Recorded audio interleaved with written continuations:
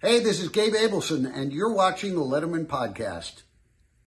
La, la, la. Welcome once again to the Letterman Podcast. My name is Mike Chisholm. I love tonight's episode. Oh my goodness, is it good? Hugh Fink. Hugh Fink is a man of many trades in the creative endeavor that is comedy. First off, I didn't realize this. Started off as a broadcaster. Had no idea that was the case before the show started. What I did know is that he was a stand-up comedian for a long time that did a lot of cool things, and then evolved his career onto the behind the scenes, having written for some of the most prolific people and tangentially connected to David Letterman, people that there are, Norm Macdonald being one of them, Craig Ferguson being another one. But at the same time, he also had 4 shots as a stand-up on Late Show with David Letterman. Hugh grew up in Indiana.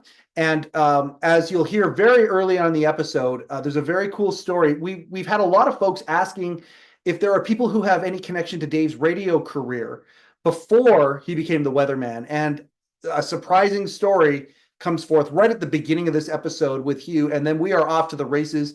Fast friends, lots of very cool tangential connections. He worked for Saturday Night Live for a long time, was connected to David Spade, came up as an improv comic, and just a lot of fun. Now, after all these years doing all the cool things that he has done, including written for major award shows and television shows and late night shows and comics and all of the above, is also now a Harvard professor.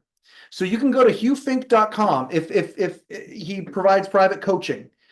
So you could go to Harvard and you could take his sketch writing class, or you can go to hughfink.com. And if you want somebody who has been in the business for a long time, has an incredible width and breadth of experience, and if you're a comedy person and you want to sharpen up your game, Hugh Fink is doing that. And it's cool. A lot of these people that are connected to Dave and companies, projects, whether it is directly or tangentially, directly like Gabe Abelson. Gabe Abelson, he works with a lot of stand-ups and does stand-up workshops. Steve O'Donnell, former head writer, the legendary former head writer, teaching at NYU, and now talking to Hugh about this at Harvard, doing this. What an amazing story. Let's get right to it here. The Letterman Podcast has one sponsor only. That is hello-deli.com. Rupert may not own the deli anymore, but he certainly does have hello-deli.com, your only place that you can get Late Show with David Letterman, official Late Show with David Letterman mugs and shirts and hats and all sorts of fun stuff, packed with love by Rupert G himself. Rupert and Irene right now have also said to say hi to everybody, and they appreciate everybody who's been giving well wishing, wondering how Rupert's doing since he sold the deli. We got some videos that we're going to be putting out here soon. But without further ado, I am so pleased to present this episode of the Letterman Podcast featuring our very special guest today, Hugh Fink. Hugh, I am so excited that you're here. As another late night host that I adore, Conan O'Brien, loves to say, there's so much to talk about. And with you, there really is, from a comedy perspective in your career, there is so much to talk about. But of course, this is the Letterman Podcast, so we have it with a bit of a Letterman slant. I just want to say, first off, before we get going here, congratulations on the career that you've had. You've had so many awesome moments, dream come true moments, I'm certain, for a boy who grew up in Indiana. And that's where I want to start. You grew up in Indiana, and of the other folks, there's a comic friend of mine. His name is Trent Mabry. I'll give him a shout out here right off the top. He's from Indiana, and as he and I sort of connected, I asked him, growing up in Indiana, I'm a Canadian, and whenever one of our favorite sons would go down south and have success in the US, we would all vicariously live through that a little bit. In growing up in Indiana, having the comedy slant that you have, was David Letterman that guy for you? He totally was, and particularly because I had what one could call a personal/professional relationship with him when I was in 7th grade, because Dave Letterman hosted a call-in radio show on WNTS in Indianapolis, which, by the way, nobody listened to except retired senior citizens, crazy people, teenage boys like me who discovered him. And it was unlike a lot of popular call-in shows where you have to dial the phone 50 times just to get through. This show was so unpopular that I could pretty much at will get through to Dave anytime I wanted. Outstanding. So he was brilliantly funny then. I discovered him, but instead of me just calling him up as myself, I came up with all these recurring characters. I would do voices, and my friends would all listen on the radio at home and hear me talking to Dave Letterman. That is fantastic. We'll give a quick plug for Jason Zinnemann's book. I talk about Bill Carter's book on here a lot. I talk about Scott Ryan's book, The Last Days of Letterman, a lot on this show. I love them all. They're all like little kids. They're fantastic, but they all are different from each other. In particular, Jason's book does go into Dave. You know, Dave he's not a stand-up. He's a broadcaster that learned the discipline of stand-up. And it wasn't just the weatherman thing. And that's where a lot of folks think that his broadcasting began, working for that television station, being the weekend weatherman. No, he had a lot of radio stuff from his college days and moving forward as well, and was a bit of a rabble rouser. He was a mischief maker during those times as well. Growing up 7th grade, what kind of a DJ or an on-air personality, I guess would be a better way of describing it, was Dave at that point? He was a fish out of water because he was super glib and sarcastic, but you know, the Hoosier state, Dave and I are proudly from, people are not sarcastic and glib there. They're very straightforward. Yeah. So I felt a comedic kinship to him immediately because when I'd listen to him, I'm like, oh my God, he's completely poking fun at these people sometimes, poking fun at the station, poking fun at Indiana, but listeners weren't necessarily picking up on it. I was picking up on it. So I immediately loved him for that. Okay, so this is me in high school or junior high, where we would go around it was like being part of a secret club. That's what late night was. When you know, the early incarnation of late night, you know, you go through school and you kind of nod to the guy walking past you where you both saw late night the night before, and there was something awesome that happened. You were part of a secret club. That was already one of Dave's kind of calling cards early on. If you know, you know, and if you don't, if it goes right over your head, so be it. Early on, safe to say. Safe to say. And I should add that my parents were not crazy about the amount of time I was spending coming home from school and listening to David Letterman. In fact, it got to the point where, you know, it was before cell phones, the phone was attached to the wall, but it had a long cord. So I would go into a closet with the phone so my mom couldn't hear me making these calls to Letterman. But occasionally she'd see the cord stretched across the kitchen and go, what the hell are you calling that radio show again? And I'd have to hang up. Oh, that's amazing. And by the way, Jay Leno stealing your moves. Okay, there we go. Do you remember any of the interactions that you said to him? Did you make him laugh ever? Was he in on the joke? Like, was he that guy? Okay, did he know who you were after a certain amount of time? Or was it always just, he was just, encountering each situation and dealing with it at the time? I think it was the latter, Mike, because my voices were pretty good. There was no way that he knew I was some 14-year-old. So the one that I remember the most was, and my friends loved the most, was I did sort of an old grandma, crotchety grandma voice. It's, of course, my voice has changed, but I would call up and go like, hello, Dave. And he'd go, yes. And I'd go, I'm calling because I'm being overrun by chipmunks. They're eating me out of house and home. And he, being Dave, would go, oh, well, that's terrible. You know, you just need to figure out a ways to get rid of them. And I go, well, I'm calling the exterminator. I want them dead. And Dave would go, oh, no, ma'am, don't kill them. So, and I would sometimes go like, nothing would make me happier than seeing 12 dead chipmunks in my crawl space. And Dave would go, you know, Grandma, that's not a nice thing to say at all. So he would sort of have fun taking me on. I don't think he knew it was a bit. That's fantastic. That's beautiful. Well, let's see if we can make that happen now. That would be great if we could make that happen. Okay, so fast forward a little bit, then we'll rewind again. We have skipped technology in this podcast, so we'll do that. Fast forward a little bit. You're 4 times on Late Show. In my mind, even though your hunks were clearly hunks from your stand-up routines, they were very, very much in Dave's sensibility. And I'm sure Eddie had something to do with that. I can't wait to get to all of that. But in the interactions, that one of the interactions you certainly were down in the chair beside Dave as he's doing the final, sign off for the show. You're sitting beside him. Did that ever come up? I know he famously doesn't talk to the people beside the chair sometimes and things. Did it come up that you ever called into the radio show? Here's the story about that, Mike. Here's an exclusive for you. All right, we'll take it. When I was at NYU as a college student and Dave was announced as the new host of NBC's late night. Yep. Late show, right? Late night, yep.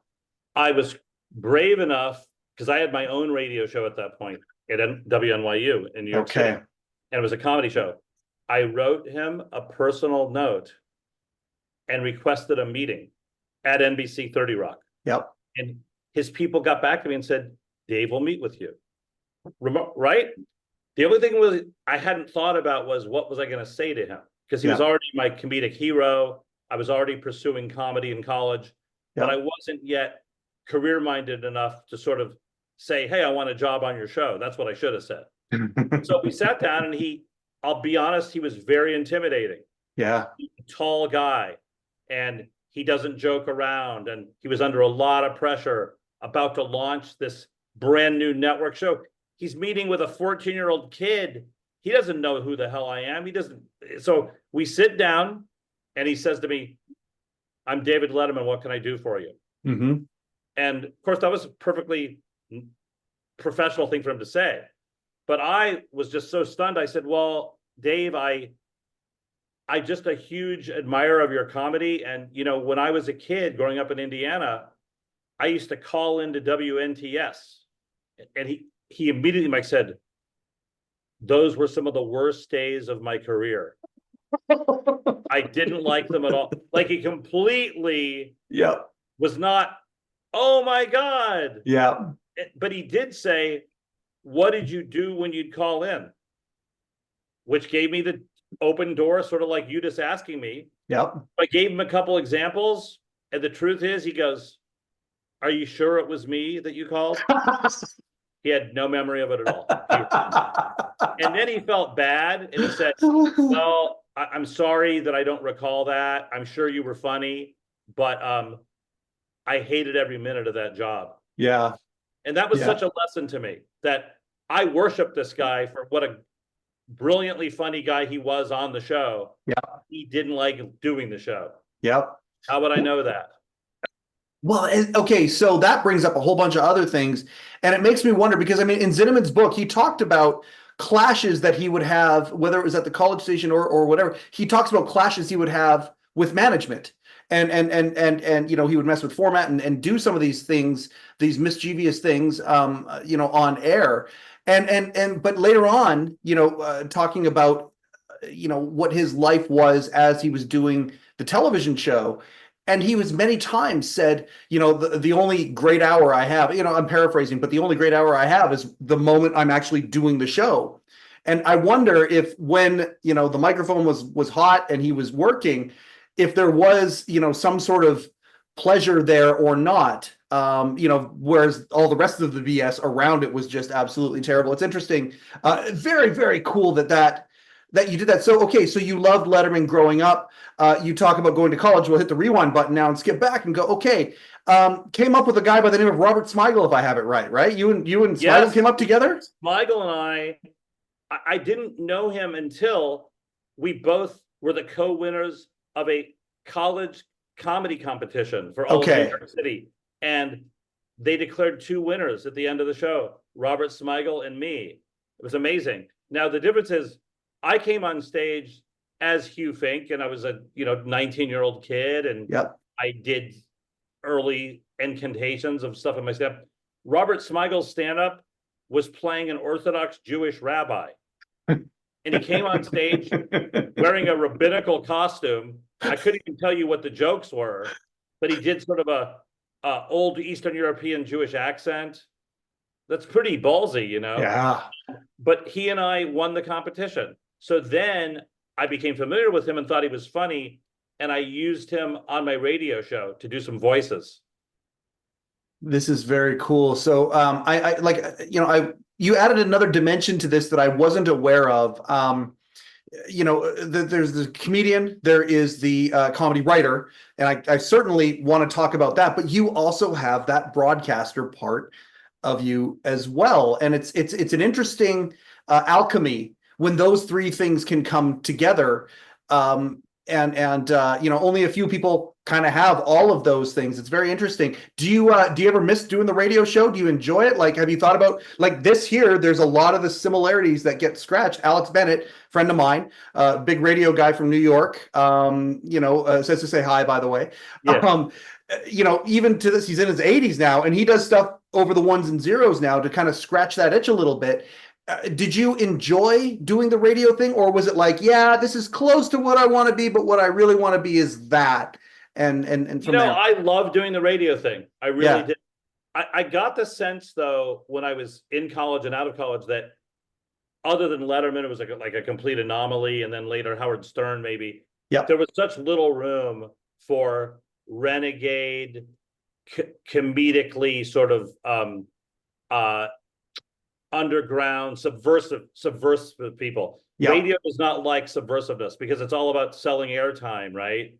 And for a while, I was lobbying hard to get my own comedy radio show at the top AM station in Indianapolis. Yeah. Which a station that Dave was never on, but it was the top station. Yep. And I had a great demo tape of all the comedy stuff from my own radio show in college. Mm-hmm. And you know what? They were intrigued. They thought it was funny and well produced, but they wouldn't pull the trigger.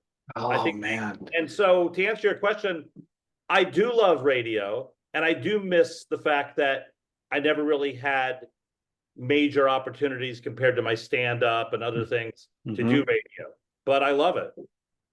Yeah, I mean, I can tell you, like I'm a financial planner, and a broadcaster was inside of me, and it's come out, and through this Letterman thing is just, I'm so grateful for it, because again, I talk about it in our dozens of enthusiasts that are in our audience they're tired of hearing me say this, but I get so much joy doing what we're doing right now.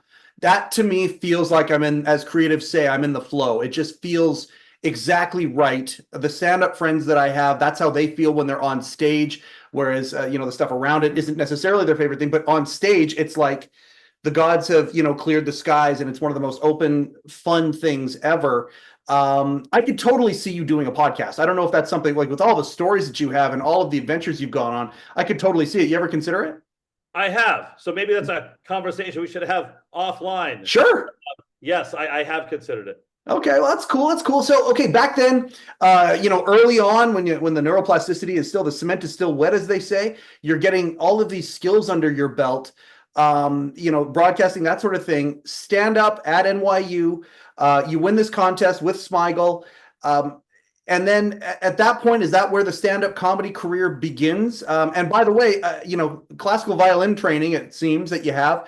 Your parents must have been very excited the first time you pulled the violin on stage. They were excited, but my dad was fond of saying, well, finally, all those lessons, paying for them is paying off.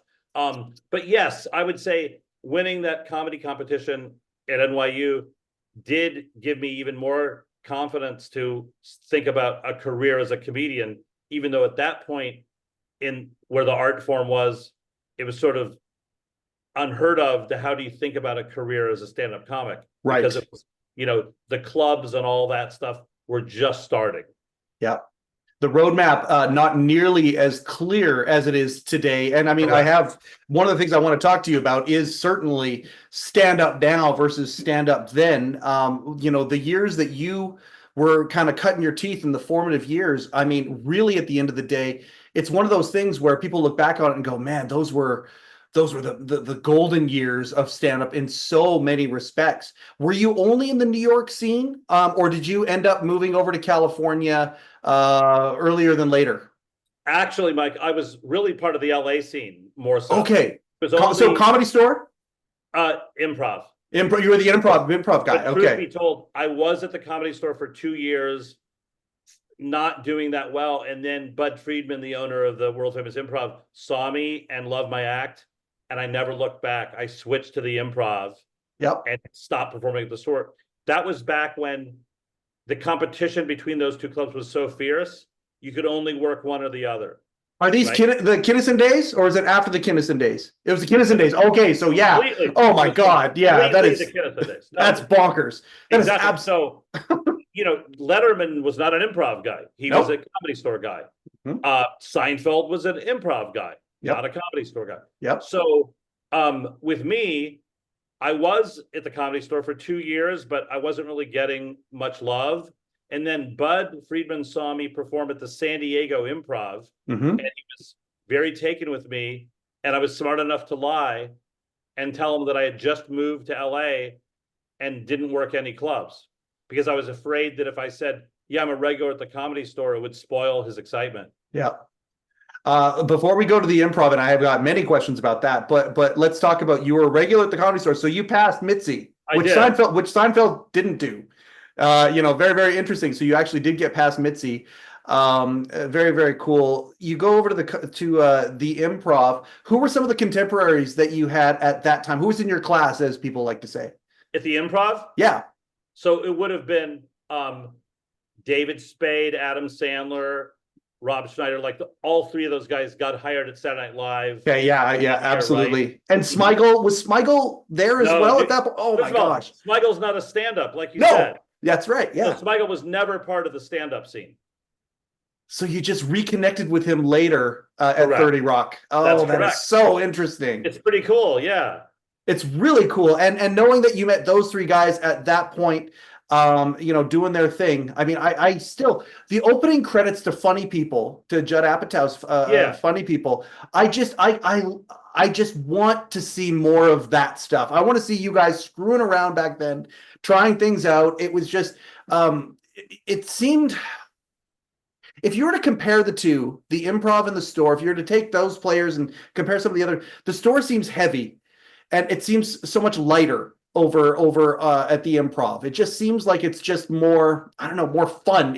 I don't know if that's just an outsider looking in at history, reading books and stuff, but it seems like it must have been a very fun time. It was a super fun time. I mean, my feeling about that period between the clubs was that the Comedy Store had a much darker vibe. That's where I'm talking about. Yeah. I feel like it was because of drugs. Yep. It's because of Mitzi's personality. The way the club is constructed, it looks like a strip club. Yeah. Honestly, it looks like a stripper club. Yep. Whereas the Improv on Melrose could be nothing but a comedy club. It's right. A small, tiny room with a brick wall, right? So yes, I would agree that it was more light, but here's the biggest difference. I feel like the taste of Bud Friedman and Mitzi Shore was very different back in those days, and that the Comedy Store, while there were great comedians, if I had to say the difference, it tended to be more theatrical, more silly comedy. And the Improv was more intellectual and more verbal. And ironic that Dave's a Comedy Store guy and not an Improv guy. Because comedy-wise, he would have fit in better at the Improv. We talk, a lot has been talked about with Jim McCauley and going to the Comedy Store. That's what that was the beacon for Dave to say, okay, I'm going to take the chance and move from Indiana out. I assume that there was a lot of that going on at the Improv as well, though. I mean, the Comedy Store, sure, it's it's kind of known for that, but the Improv also known for that. Totally. Were there a lot of shots that you were there where there were folks from various agencies and shows and things like that? Oh my God, all the time. I mean, casting people from the studios, top agents. Dave's agent, you probably read it, Marty Klein. Yep. He came to see me there, and that was a big deal to get Marty Klein to come to the Improv to see me. McCauley was at the Improv every bit as much as the Comedy Store. Yep. Absolutely. So, they were both the clubs in LA and the clubs in the country at the time. And then Zoe gets into the business, which is interesting, right? I don't know if Zoe was hanging out with you at that time, or if she was in New York, or if she was in New York. I didn't know Zoe until really she became a executive at Comedy Central Television Network in LA. Oh, that's way late. Okay, interesting. He was at Letterman.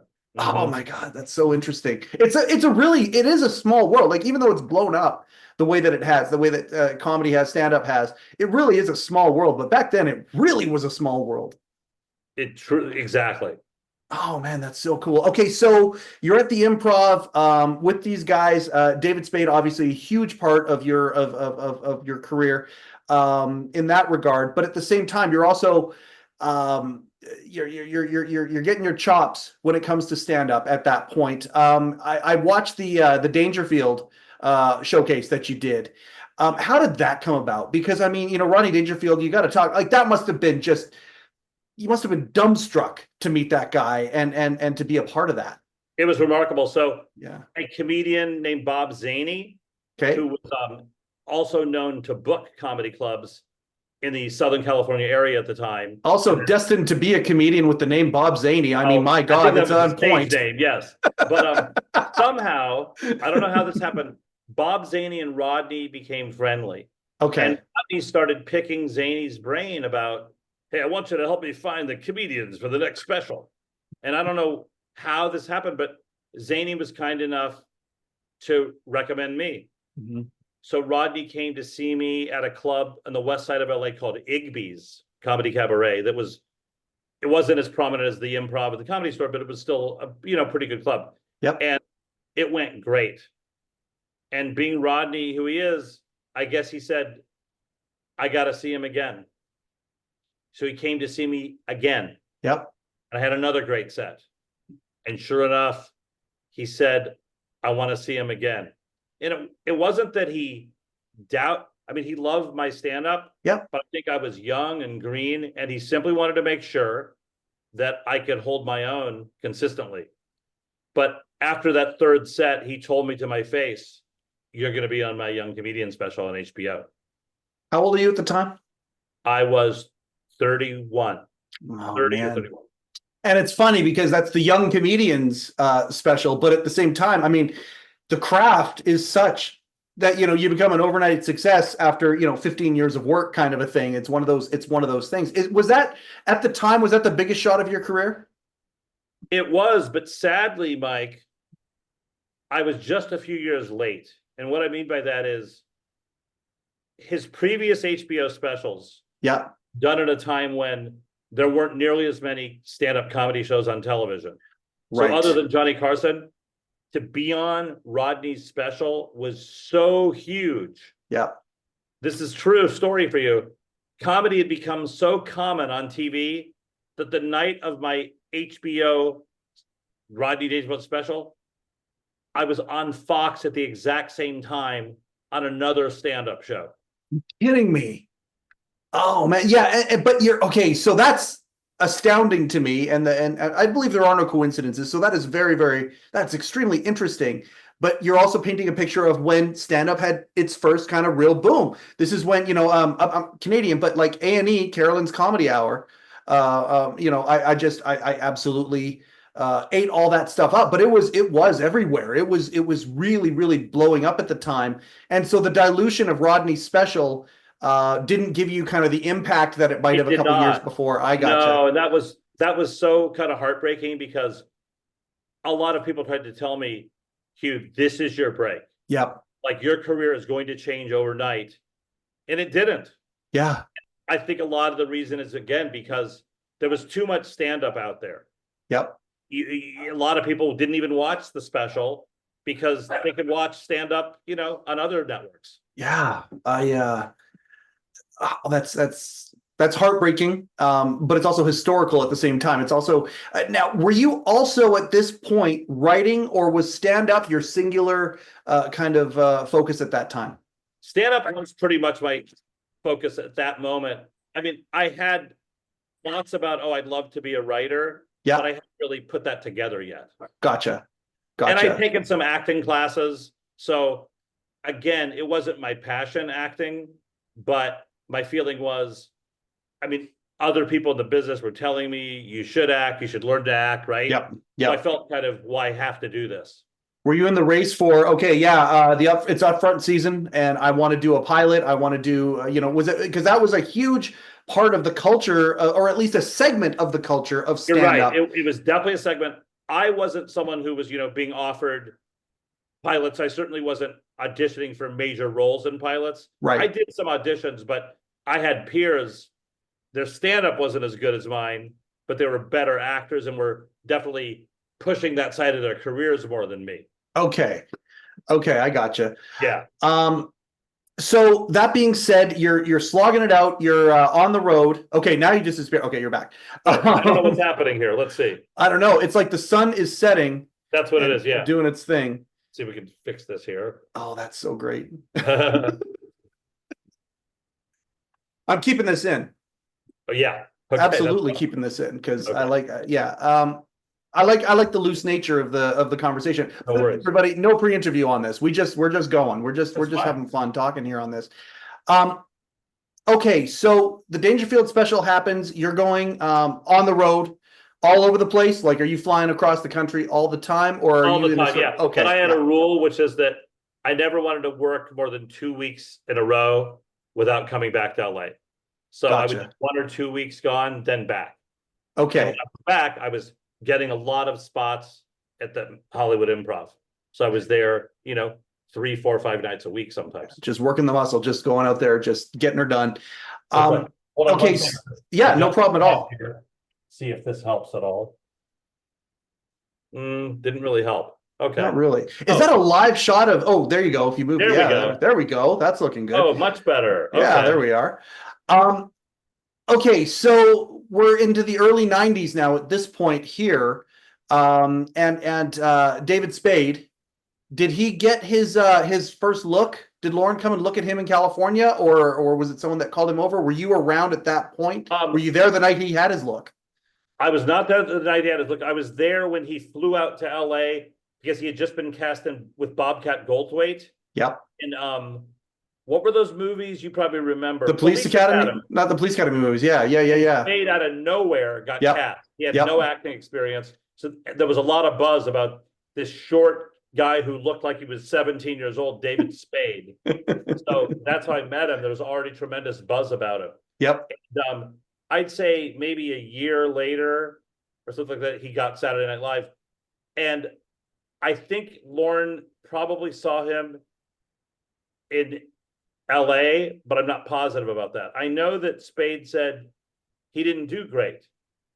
He just did okay. Yeah. But Lauren's so smart, he didn't care about crowd reaction. Right. He was looking at him. First of all, he was hired as a writer performer, so they weren't just thinking of him as a performer. Yeah. But they could tell that he had a unique voice. Yep. And that's what was jumped out. So he goes to New York, and there's so many times where you hear kind of the dark side of comedy and things like that, where people, they have material lifted or personas or ideas that are lifted, that sort of a thing.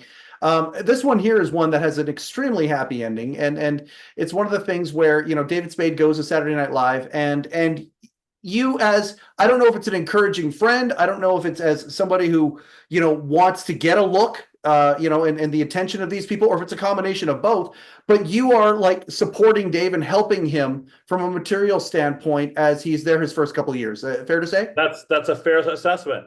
That we had a similar comedic vibe.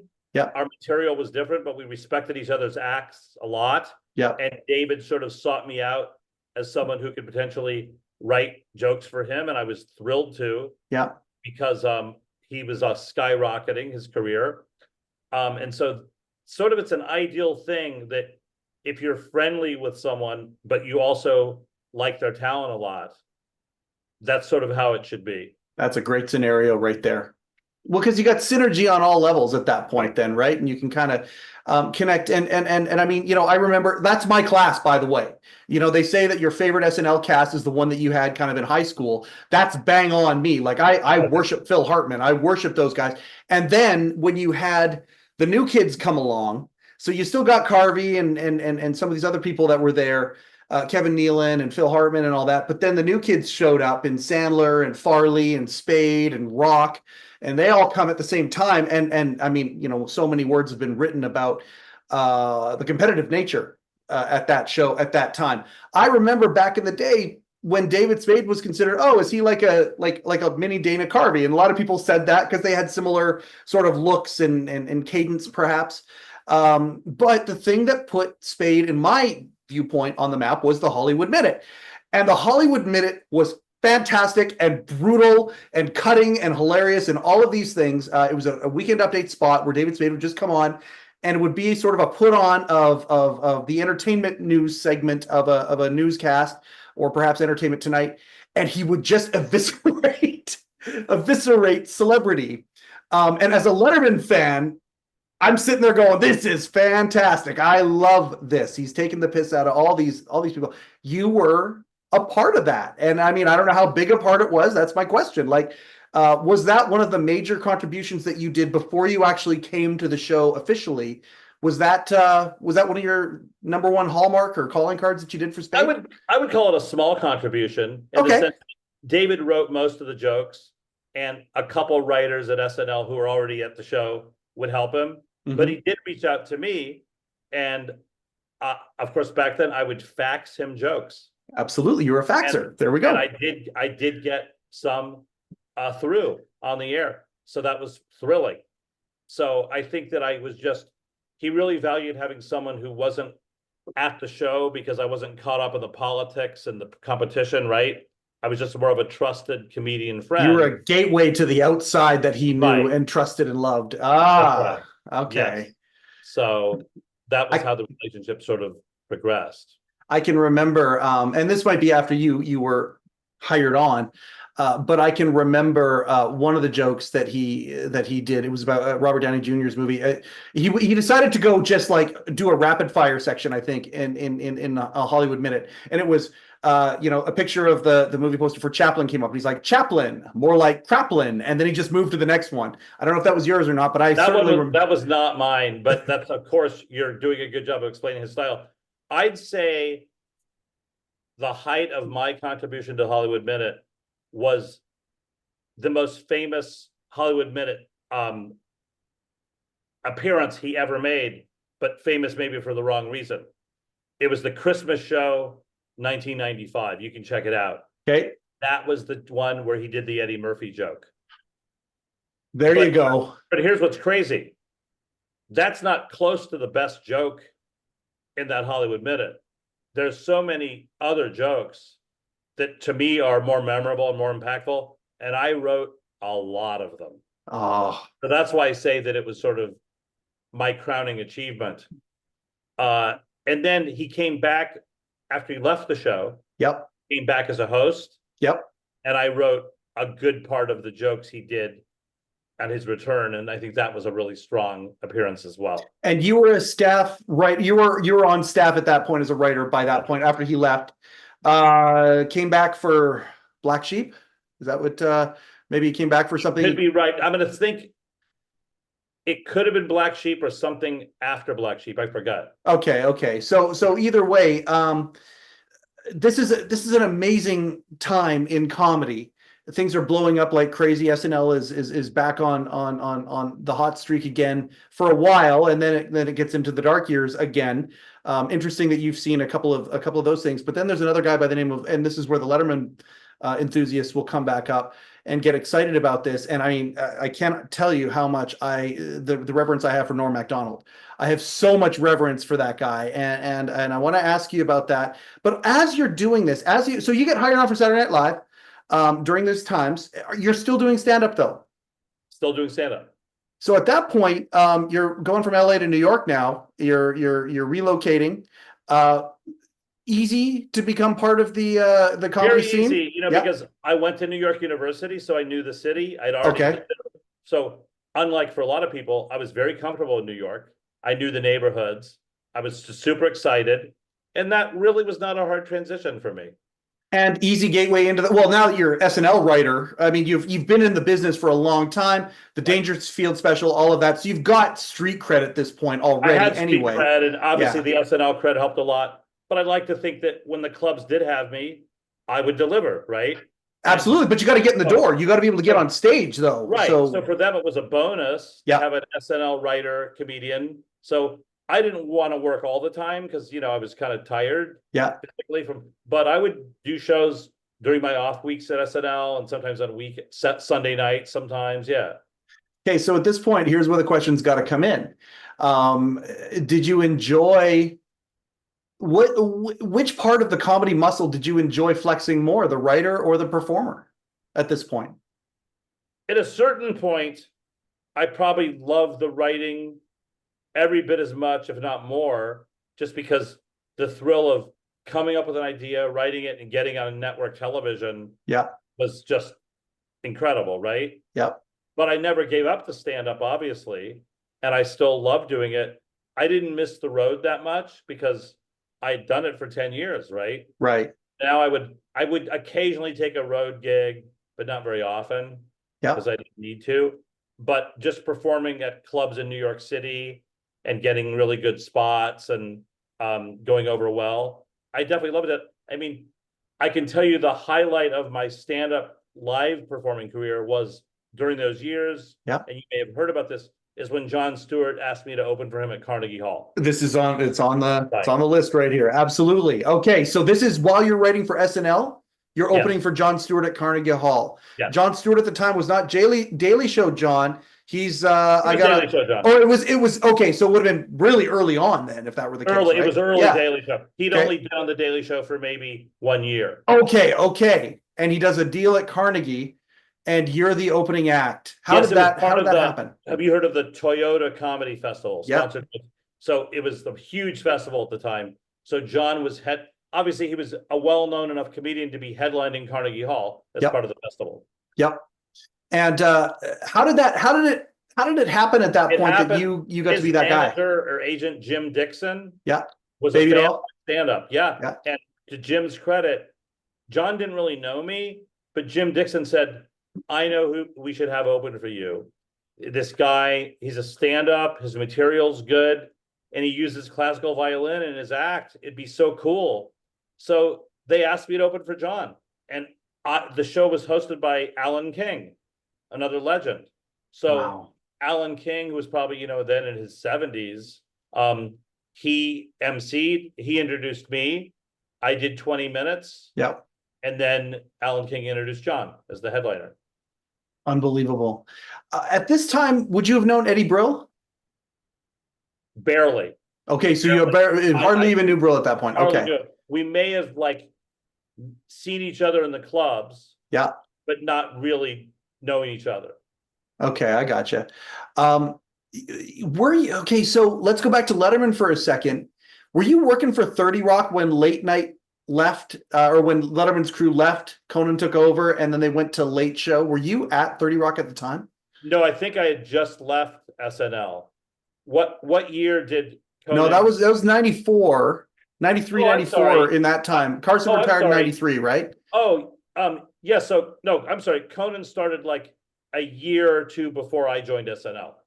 Beforehand. Okay. So okay. Gotcha. I gotcha. That makes sense. Totally. That's my bad. He had been a writer at SNL a few years before me. I was going to ask if you knew Conan as a writer. Okay, there we go. But I did do Conan twice before I did my first Letterman. Yes. So I got to know Conan. Yeah. And then Conan hosted SNL only once. And I was a writer at the show then, and we got along great. And I wrote a sketch for him. So yeah. So did Robert Smigel come back that week as well? And was he a part of things? Oh my God, that's a great question. So, Smigel is a brilliant writer, but the writers at SNL who came after Robert were sort of have the attitude of, okay, we don't really want Robert around because he's so dominating. Because he's the Iron Man. So here's what happens is Conan O'Brien and I meet one-on-one because Conan asked, he said, if any of you want to meet with me before I host SNL, just come down to my office. We're in the same building. I'm the only writer who took him up on his offer. Unbelievable.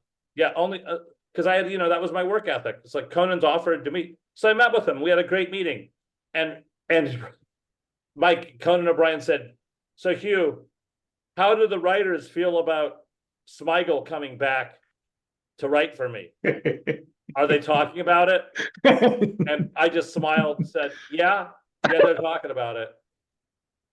But as you can guess, Smigel did come back that week and had a major impact that week. He wrote Conan O'Brien's monologue, but I will give Robert a lot of credit. between dress rehearsal and the live show, of course, they were deciding what sketches to cut. Yep. And my sketch with Conan was on the bubble, meaning some people thought it should be cut. Yeah. And Smigel pushed for it. Oh. And of course, at that point, I mean, he's bringing a whole bunch of, not just the idea of the Iron Man writer that can write an entire show, but he's bringing also, oh, I like this one, and it sways the influence. Totally. Because Lorne Michaels has great respect for Smigel. Yeah. So if Smigel weighs in and goes, no, Hugh's sketch, you got to keep that one, cut this other one. Did you guys, had you guys connected at all before you started working with SNL again, or was it kind of a hey, look at you, I know you? I take it back. Okay. When I'd visit Spade when he was right at SNL, before I worked on SNL. Right. I was already a comedian. So I connected with Smigel there. Oh, there you go. There you go. Yeah. And a couple of kids from NYU doing good. It's such a let's get back to Norm for a second here. I just the regard that I have for Norm Macdonald, I was just going back and forth a little bit with not to name drop or anything, but Tom Green, and we're Canadian, right? And Tom Green, when he was coming up in Canada, one of the guys he worshipped was Norm Macdonald. Norm Macdonald was a guy that just, and he Norm worshiped Dave. Like, we all love Dave. I adore Norm so much. I've had Daniel Kellison and Steve O'Donnell and some other people who worked with Norm on. How much did you work? I know you wrote some of his Larry King stuff. Very curious if you ever wrote any of his David Letterman stuff or not, or if you were gone by that point. But how well did you know Norm Macdonald? I knew him well, not as we didn't socialize, Mm-hmm. but we hung out a lot at Saturday Night Live. Right. Because his office, the Weekend Update office, was near my office. Yep. And as a comedian, he likes comedians more than actors. Yep. So he would just make me feel welcome to come and shoot the breeze with him and his two writers. Yep. So I did hang out with a lot. But beyond my Larry Kings, which of course I'm so proud of. Yeah. I was head writer and produced the Emmy Awards. One of Norm's most famous appearances ever. Absolutely. So I had some huge moments with Norm. We miss him every day. He's a guy that just, oh my gosh.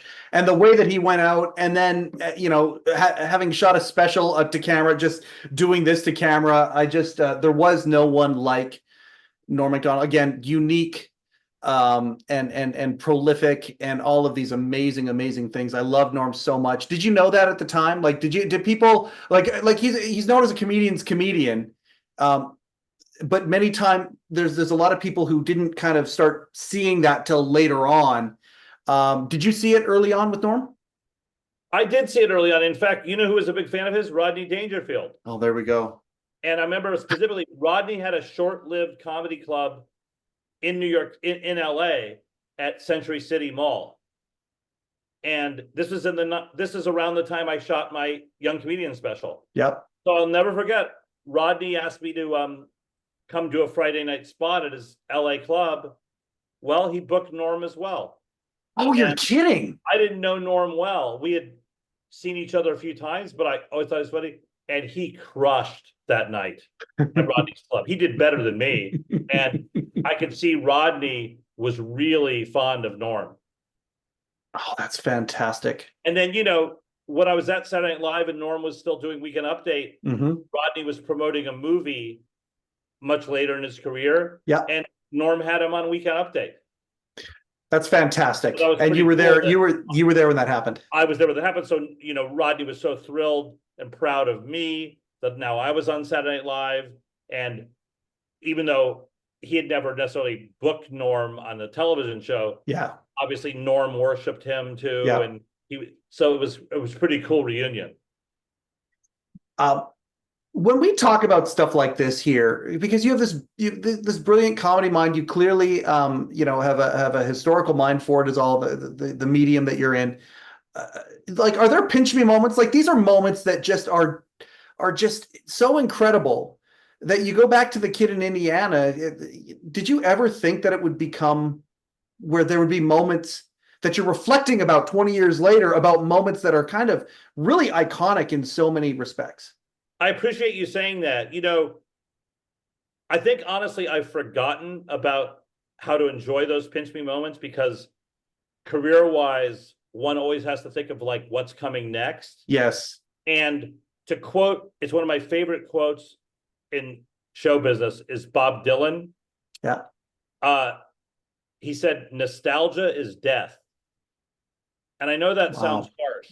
Yeah. But what I take away from that, Mike, is that if you spend too much energy just going over those pinch me moments and celebratory things, you'll sort of kill your own creative drive because you're basking in the glory of what you've already done. Yeah.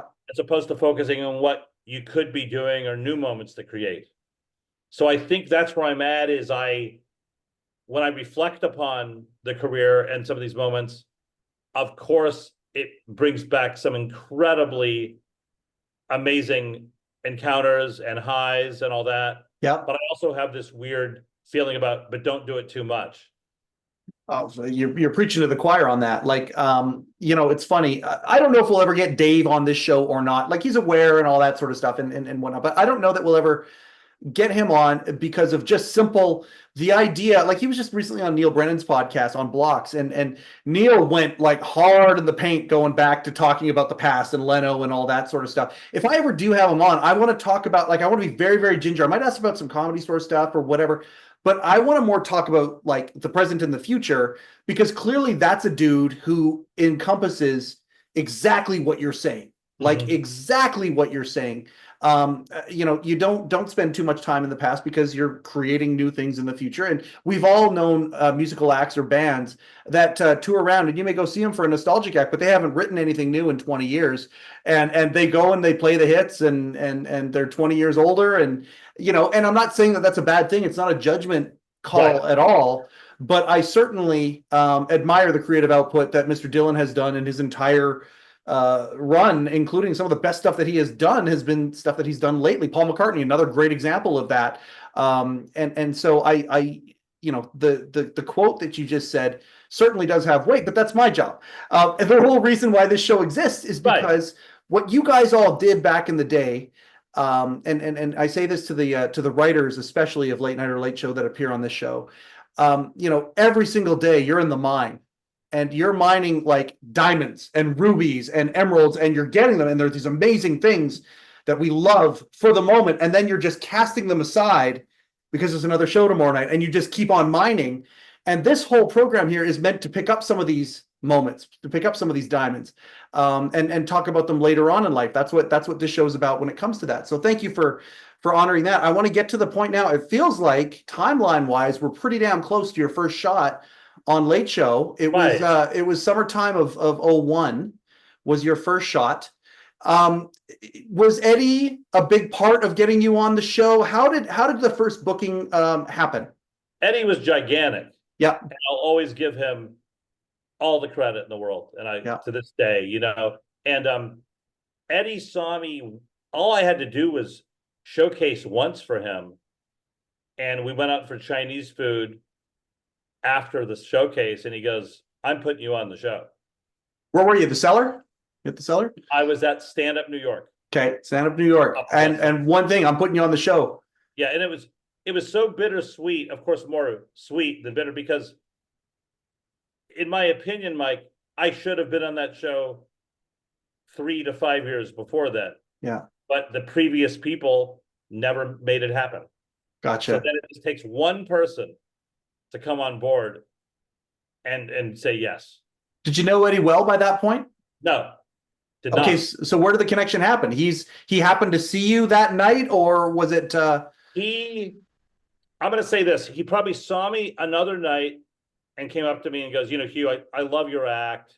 You haven't done Letterman?" I said, "No." He's like, "Man, you would do really well on it. I'm going to set up having a showcase soon. So I'm going to put you on the showcase." Most of the material I've seen you do, you talk about being from Indiana.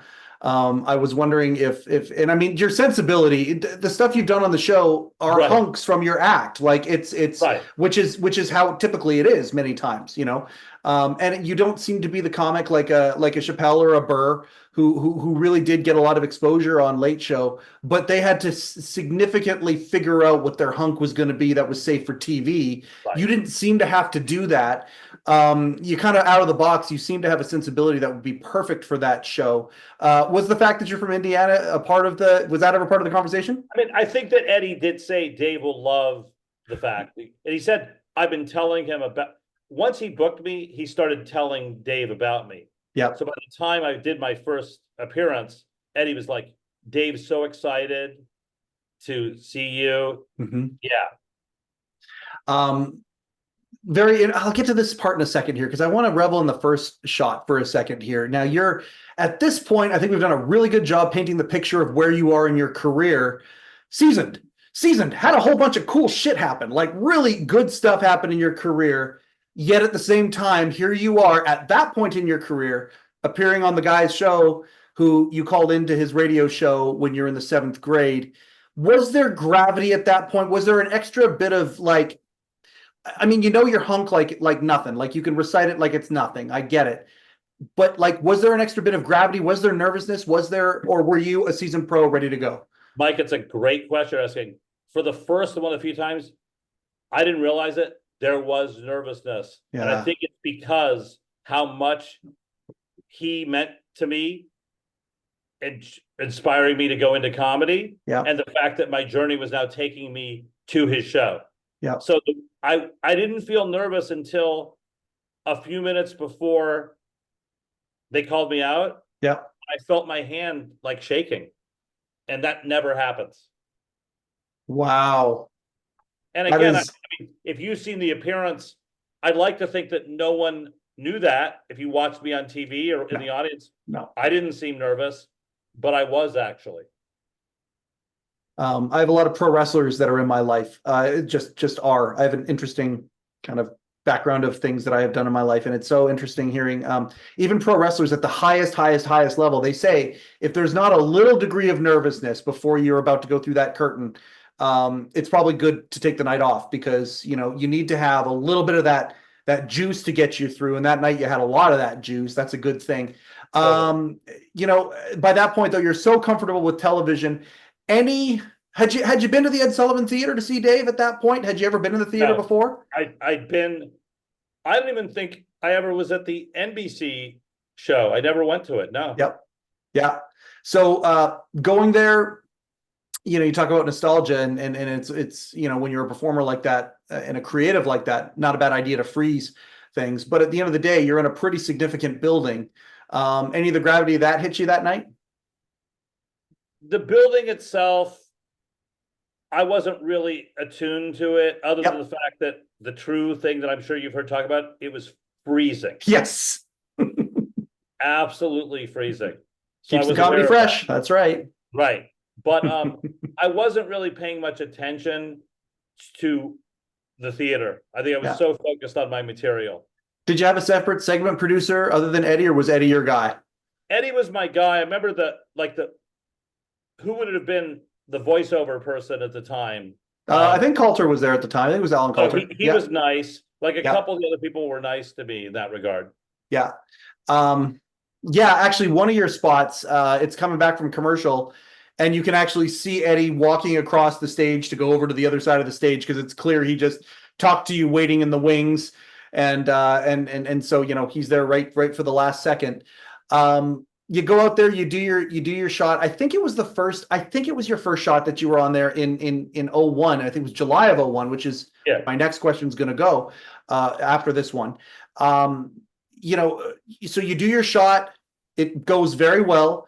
And I believe you end up on the couch or the chair beside Dave. So Dave does the sign off. I believe it was your first show that was the case. Yeah. And here's what you wouldn't have known. And this is still one of my biggest frustrations is that he called me over to do a short interview after my set before the show ended. He got cut? Like a 3 or 4 minute segment with me. Yeah. The problem is Mary Lou Henner went so overtime that they had to cut me. Oh, God. So there's an actual interaction there. An actual interaction. I can even tell you what he said. Please do. He said, Hugh, that Chinese waiter bit is brilliant. He goes, will you do that again? He had me do it again from just sitting down with him. Are you kidding me? No. Oh, that's fantastic. One of my questions on here is, okay, you're a seasoned comedy guy. You are like, an upper echelon leader when it comes to comedy, when it comes to this stuff. You could give people advice, that sort of thing. Could you do that joke today? Yes. Good. Okay. I believe I could. Yeah. I will say that it's possible that some audiences may not respond as well as I'm used to doing. Right. For maybe the reasons you're thinking. But I do believe I could do it today. Because Awesome. I feel like my premise is so benign. I'm saying I had one Chinese waiter who was sarcastic. It's not a generalization about any ethnic group. Nope. So that's why I think I could. And it was so like you, there you go. That's actually you're highlighting the reason why Dave would ask you to do it again, because it was so benign. It was just benign. Is he being sarcastic or not? And it was just a really, really clever take on something that people would find familiar, all the way back to, well, we've talked about this on the show, like Breakfast at Tiffany's, Mickey Rourke doing what he did in that movie. Or Mickey Rooney, I should say. Mickey Rourke. Yeah. That's a very, oh man, let's remake Breakfast at Tiffany's with Mickey Rourke. There's an idea. Yeah. There you go. No, but you think about that and you think, okay, the imitation of a Chinese waiter, but no, wait a second. So clever in again, I'm of the belief that if it's funny, it goes.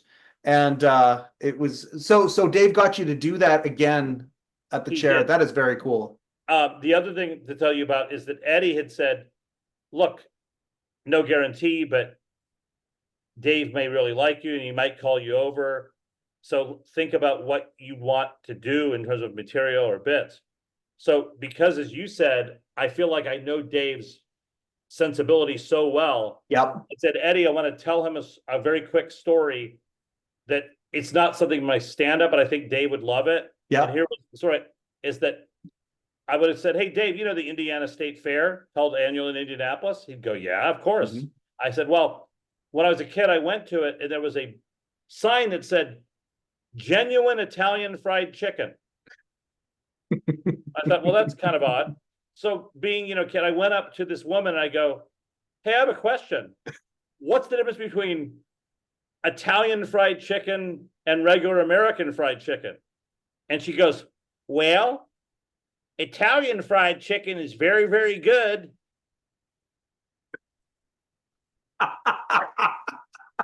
That's all she had.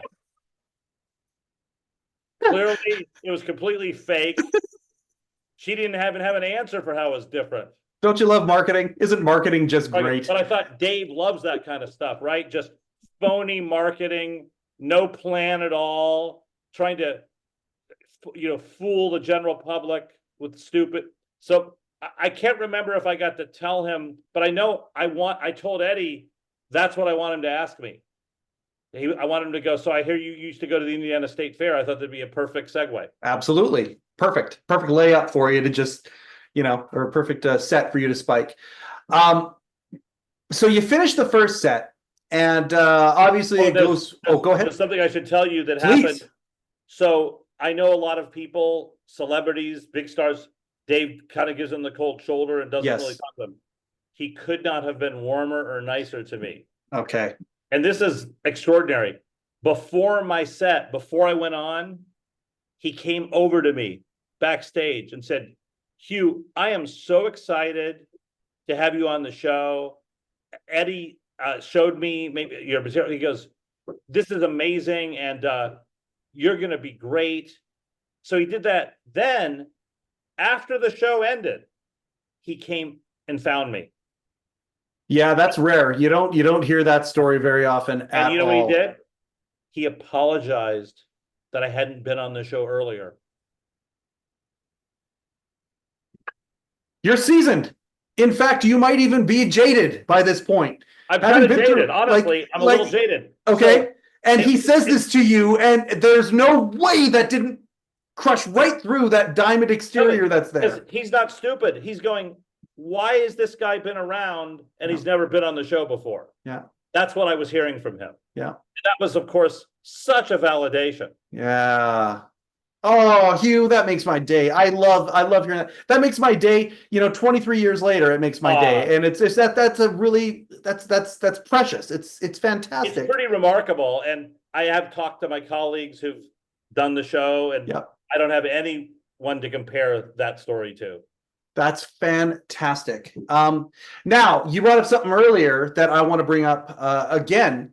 Right now, in today's day and age, and the part of the reason that there's a guy that worked for Dave for a long time. His name is Rick Sheckman. I bring him up as much as I possibly can. I do this show because of Rick, and Rick was the guy that he was kind of he was my consigliere. That's what we called him. And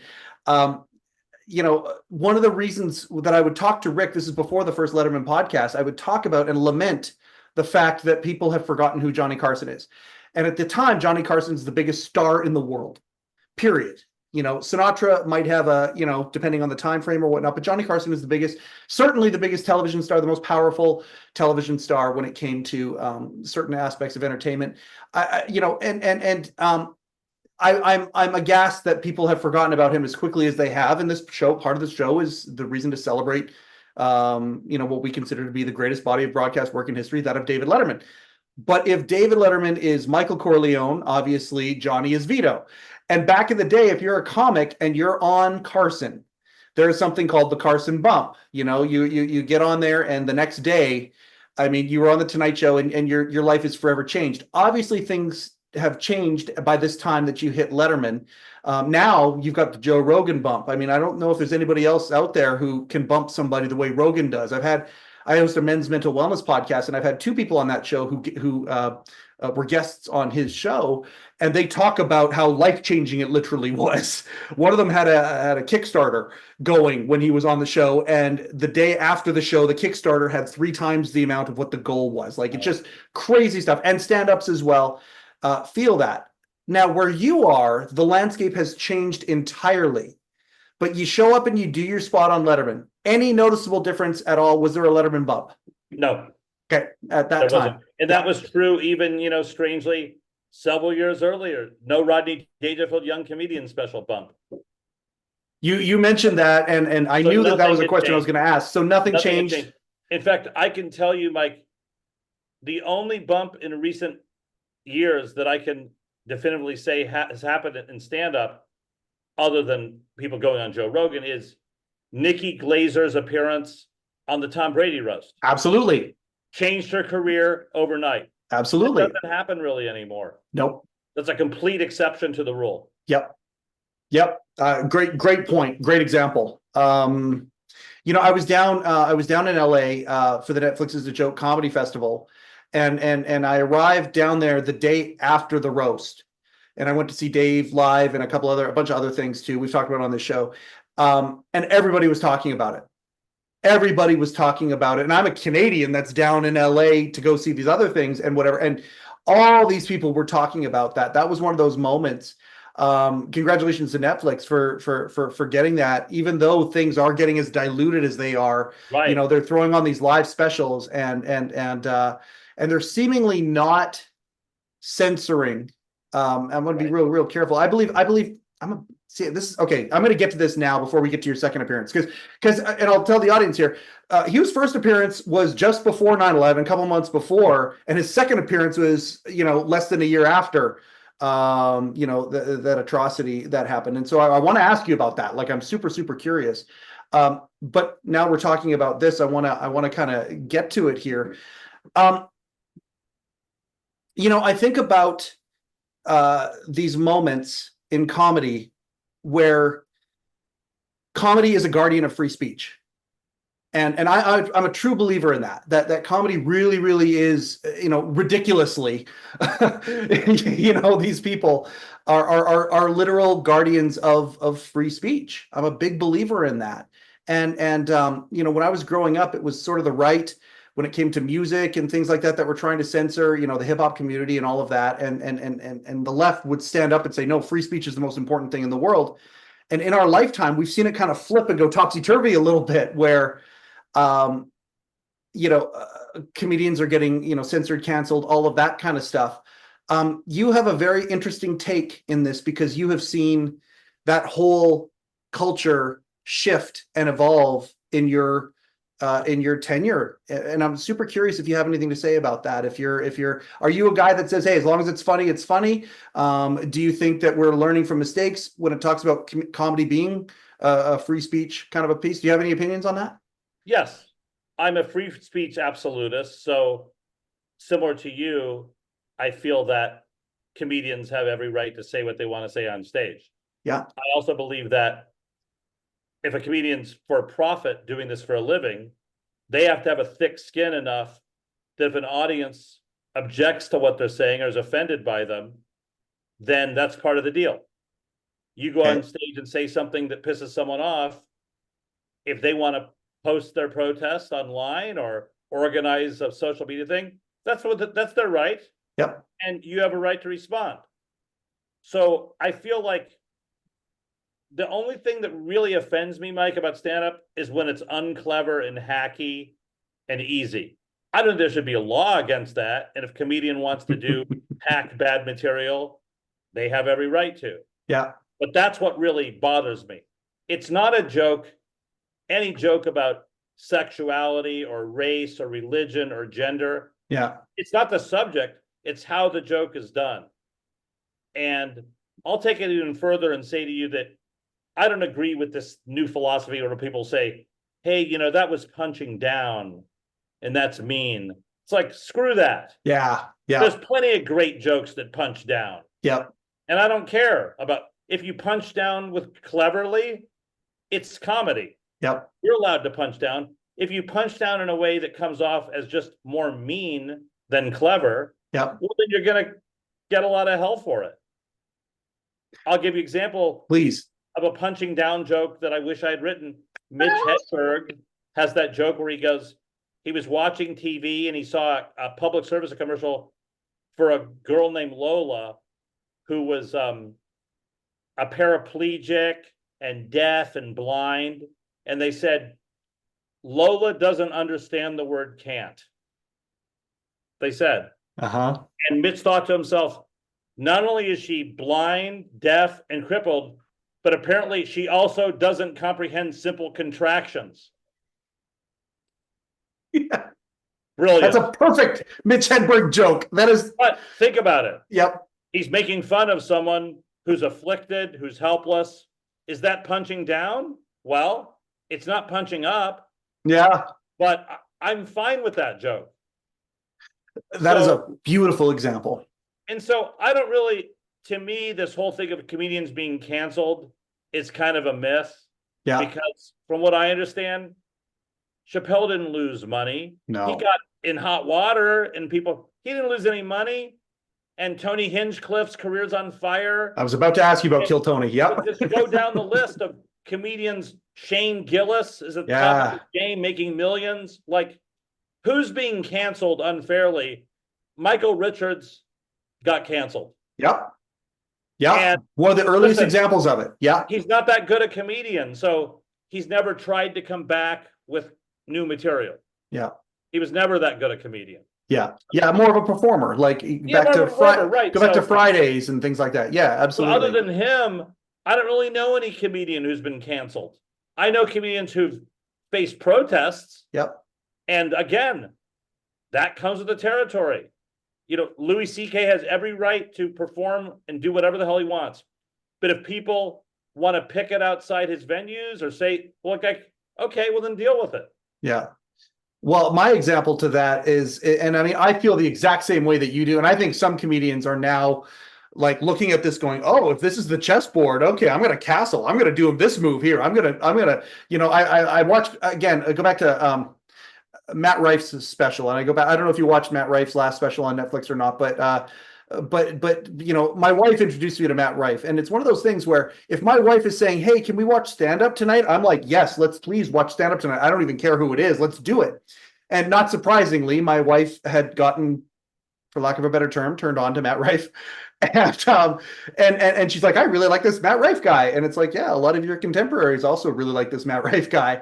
And his crowd work's amazing. And so let's watch it. Okay. And we watch it. And the first 3 or 4 minutes, he's doing material that is, in my mind, clearly material that is meant to get people potentially upset. And of course it happens. And 4 or 5 days later, you hear he's in the news for all these things, and he's got these amazing comebacks for those things. And I'm like, oh, that's a brilliant guy right there. That's a guy who's taking advantage of things. But the example of what you're talking about that I go back to is Howard Stern. You think about it, they even said it in the movie. The people who love Howard Stern, their average radio listen is, 90 something minutes. The people who hate Howard Stern, their average listen time is 2 hours and whatever time. Like it feels like it's the same thing with the new generation, just packaged in a new way. I don't know if that's accurate to you or not. I think that has some truth to it. Oh, that's fun. Okay. Well, thank you. I wasn't necessarily going to go down that path with you, but I knew that your opinion would be more than educated, because you're still such a writer, prolific writer with things all the way up to this day. And I'm curious how much the writing has changed.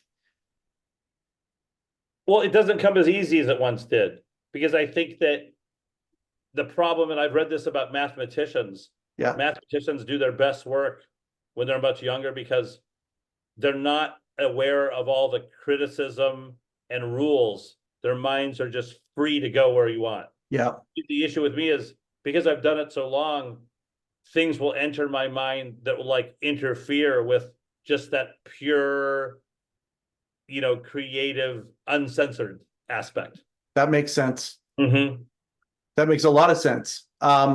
Yet wisdom is here, and through all the years of the experience, wisdom shows up, and it's a very cool cross section of a different time in one's life.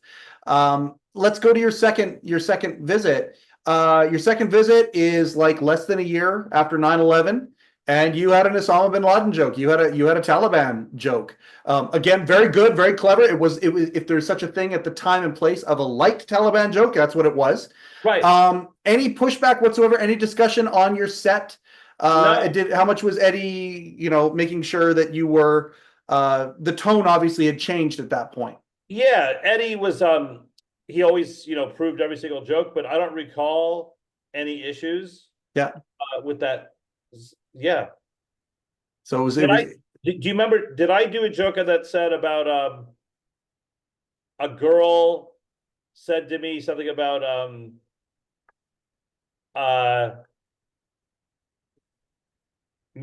she was a lesbian, and she said, who knows what? Okay. So that joke. What was the guy's name? Frank. Who makes that better than Frank? Yeah. So the way I would normally do that joke, Mike, was, hey, I'm open-minded and I love women, but nobody gives a blowjob like Frank. Oh, and it was you changed it to making out. Okay, makes sense. It makes sense. Or I said nobody French kisses, right? Right. Yeah, that's what it was. Nobody French kisses like Frank. That's what it was. Yeah. So that's the only time I'd ever done that joke as French kisses, but it always worked. When I was practicing it with Eddie, it worked great. Yeah. So, yeah, it has French kisses is better than makes out too. I remember it as makes out. French kisses obviously is way better. Right. Okay. So the second time that you're on, any difference from the first? Was it? Well, I was a little less nervous. Yeah. And I was more just, this time I knew what the theater looked like. Yeah. Also, I'd say I was looser, but I will say that the effect of my baseball first base coach was incredible. So Eddie told me that Dave was going around the office imitating my bit for I'm going to ask you to do it. Please do it. Say, can you give us a Bobby? Come on. Can you give us I'll give you Bobby. But the other thing to tell you is that I got a personal typed letter from Mary Downey, or who was the other female producer at the Mary time? Connolly? Mary Connolly. And is there another woman? Yeah, there's a couple of Marys that were there. Forget Mary. Who was another woman who was sort of Barbara Gaines. Barbara Gaines. It was from Barbara, yeah. Barbara wrote me a letter saying, we're still all doing your baseball bit around the office. Because you did a callback to it. You did it really, really quick. You did it really quick the second time you did it too. I did the callback on my fourth appearance. Okay, is that when it was? Okay. Yeah. That's right. Yes, you did a callback to it. So yes. Oh, so that's that fantastic. cool to know that I did a bit that had that big effect on Dave and the staff. And there were. It was funny because I don't know. Have you ever crossed paths with Jeff Altman? Years ago. Okay, I love Jeff. He's a friend. I'm so honored to say that Jeff's a friend. And I'll make him say butt steak. I'll make him say, creepy baby was something that he would do. He would call up the staff and just, he had these little characters or whatever. And then the people in the staff would sometimes imitate them. You got one of those. That's fantastic. And what was it? Can you show it? Can you give us one? Do you do it very often? I'll just give you one. Come on, Bobby. There it is. That's got to be gratifying. That's super cool to have that. So now we're 02 to 05. 05 is your next appearance, I believe. What are you doing? What's your day job at this point? Are you still doing lots of writing? Are you still doing lots of stand-up? I'm now executive producing my own series. With Spade? David Spade, yes. With Spade. Okay, so that's when you were doing Spade at the same time. So you're moonlighting now. Your stand-up is more like a moonlighting gig. Correct. Okay. And that must have been a lot of fun, taking essentially the Hollywood Minute and turning it into a show is really, if you're to sum it up, right? That's right. That must have been a lot of fun. That was a lot of fun. And all the things I learned about producing from Lorne Michaels after spending 7 years at SNL, I could now apply, but I was the boss. So I could bring in my own writers and cast, and it was great. Okay, now, again, more tangential Letterman stuff here. Ferguson. I think Ferguson would have been shortly after that, right? No, Ferguson was right before that. Oh, Ferguson was before that. Okay. So I'm sorry. I have it mixed up. So when you went to work for Late Late Show with Craig Ferguson, Kilborn had just left. They brought you in. Did you work directly for Peter LaSalle? Yes. Okay, I need a couple Peter LaSalle stories because this is a guy, and I mean, once again, hopes, prayers, love goes out from this show to Peter LaSalle. Unfortunately, it just doesn't look like we'll ever be able to have a conversation with him. But at the same time, so much love to this man. We all just really appreciate Peter LaSalle. So he hired you to come, for lack of a better term, was it clean house a little bit, like to kind of get the change the culture? I was put in the unenviable position of, they said, Hugh, every writer here is on a 13-week contract. Yep. Each time their contract comes up in the next weeks, you have to decide whether to keep them or fire them. Wow. That is unenviable. I hadn't hired any of them. So how do you tackle that? Like, are you doing team meetings to get to know these people and their sensibilities? Do you have ideas as to like how do you do that? Because the two Craigs were very, very, very different. They were very different. In fairness, I was just evaluating their pitches and their joke writing and their sketch writing based on what I was seeing in the writer's room and how they would respond if I gave them notes. Yeah. And Craig had his own opinions, even though he was never in the writer's room. Yeah. So he's like, I think we should get rid of this person. And I could either go, yeah, I don't think they have your sense of it, or go, Craig, they actually wrote 4 of your jokes that you did last night. And he wouldn't have any idea of that. Right. So I tried my best to be fair about it. What a crazy job. I mean, I don't imagine, like when you look back and you say, hey, I worked for the Late Late Show with Craig Ferguson, which was an amazing show. I don't imagine that would have been, like, how long did you last there? A year? You were 6 a year? months. I was there half a year. Okay. And Craig was a little upset because my series, the Showbiz Show with David Spade, was greenlit. And so my contract, they were pushing me to sign. And I said, my series just got picked up. Yeah. So I left Ferguson to go do my own series. And he must have understood that. Like, I mean, ultimately he did. Yeah. Sally, yeah. You wrote for Drew Carey. Did you two know each other back then? Sure. Okay. Sure. Yeah. Drew and I knew each other long before that, though.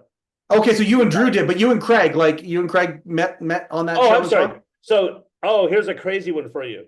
Okay. The season I did of the Drew Carey show, its final season, Craig only appeared in one episode because they had changed the plot line. Drew no longer worked at the same job, and Craig Ferguson was his boss of the other episode. Yes. However, Craig had signed a play deal where he was paid $3 million no matter how many episodes they used him for. They used him for one episode.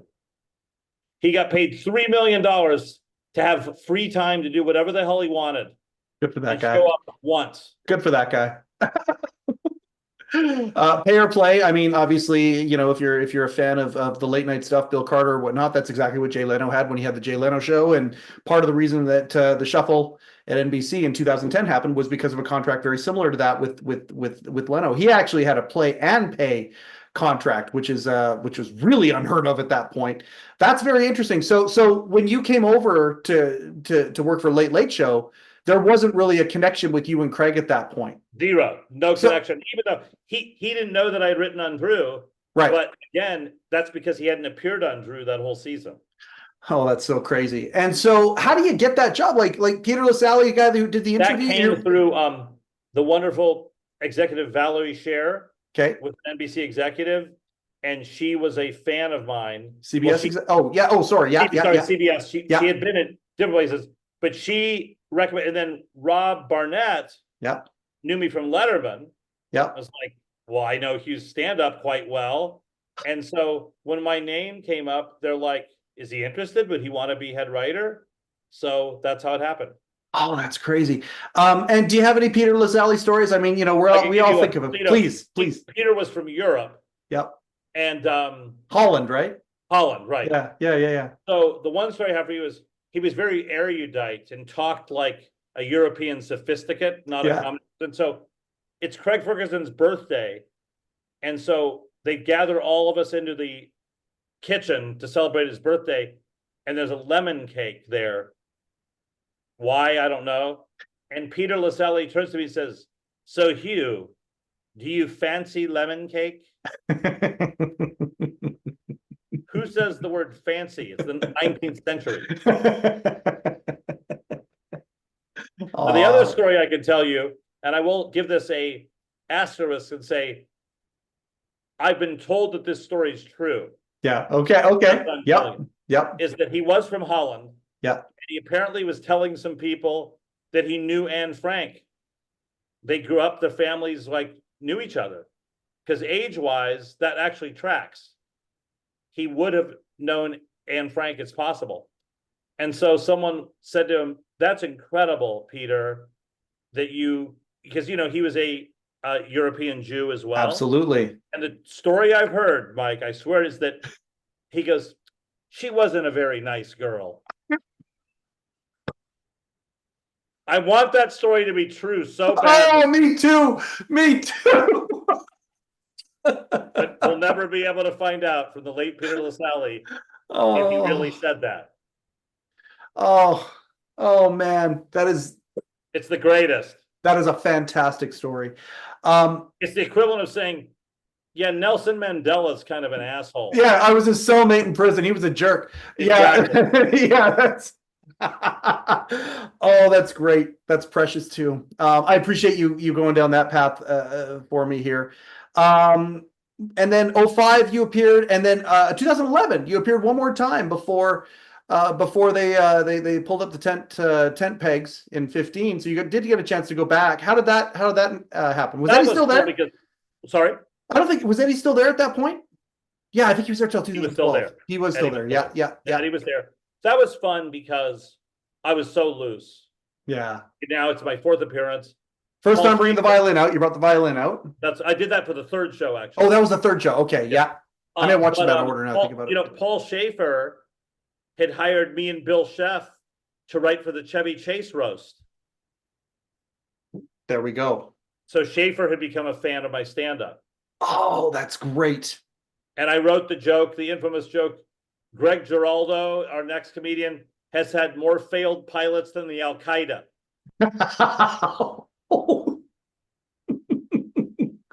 That's a perfect roast joke.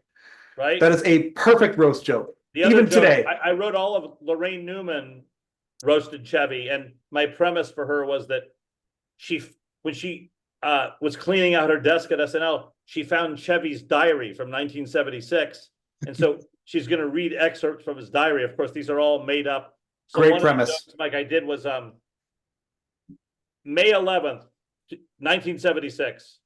I gathered Lauren, Belushi, and everyone and told them the sad news that I've decided to quit SNL to pursue my dreams, to one day host the shittiest talk show in history on Fox.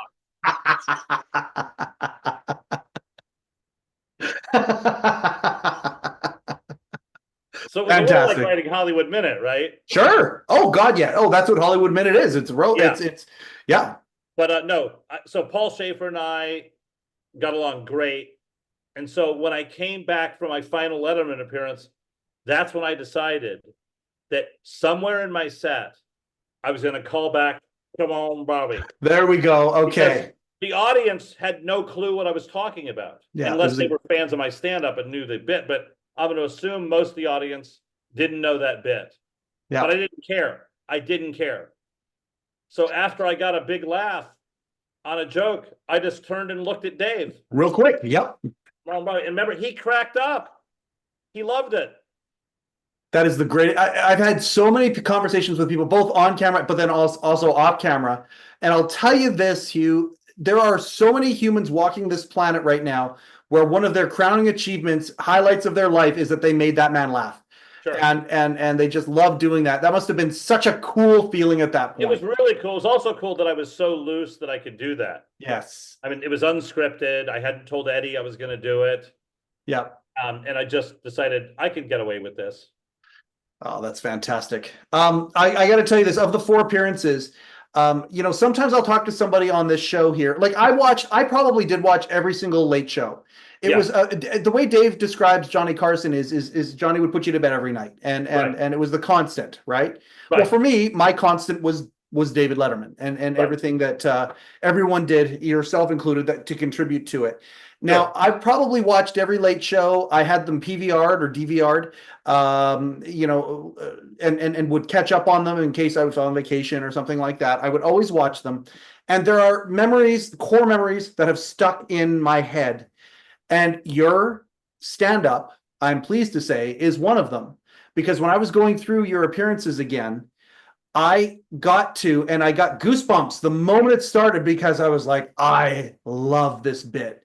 And it was the bit of the hip hop acceptance speech at the awards show. And we're going to move to award shows here because I know how to segue. But before we do, I need to tell you, the hip hop artist thanking all of the Jewish executives is one of the funniest things. And you did it twice. You did it once and it was really funny. And then he went and said something else. And then he came back and did it again. And I can remember watching it when it happened and going, oh my God, that's one of the funniest jokes I've ever heard from a stand-up. Oh, thank you so much. So I have to tell you that Don Giller's going to come back and tell me this is an episode of the Chris Farley show, because I'm just saying, oh, you remember when you did that? That was awesome. I don't care.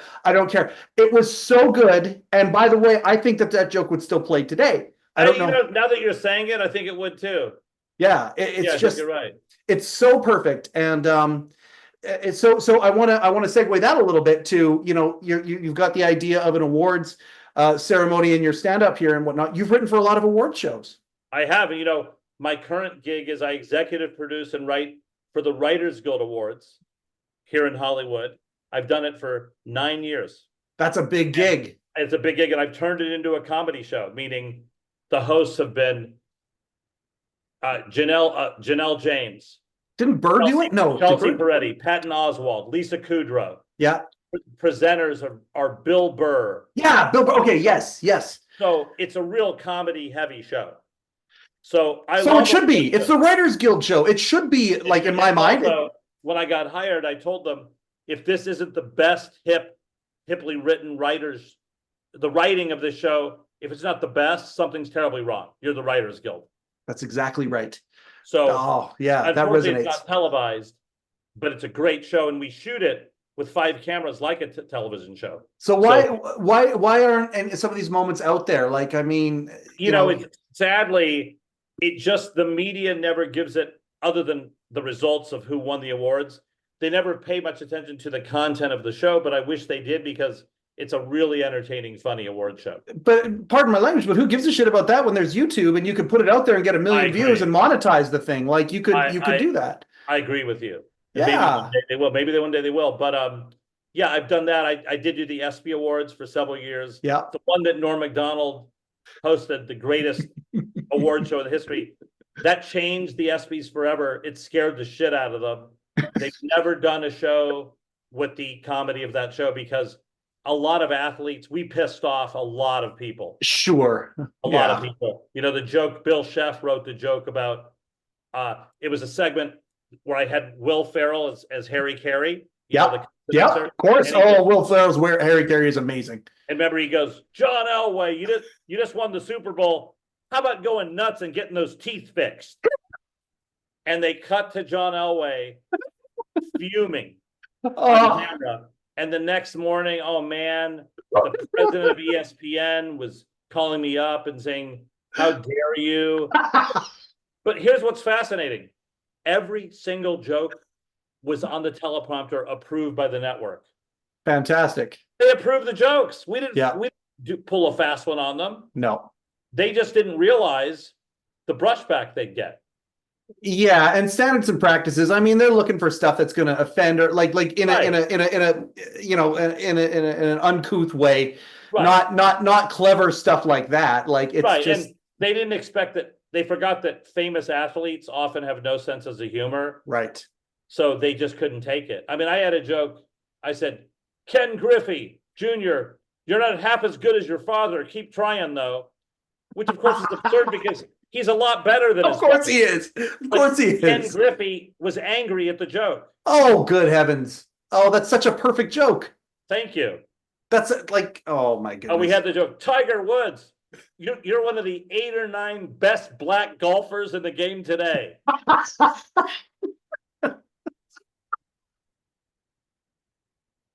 Wait a second. Hold on a second. That rings such a bell. Does it? Did Norm do that as Larry King? No, what you're thinking of is I wrote the joke. He said that Michael Jordan is one of the 8 or 9 greatest African American best. I basically stole from myself. You have a good memory. That's funny. I remember Norm. I love Norm doing Larry King. I love Norm. That's what I did. Oh God! I also had Norm say that John Larroquette, one of the greatest people of the 20th century, has got to be John Larroquette. Greatest person of the 20th century.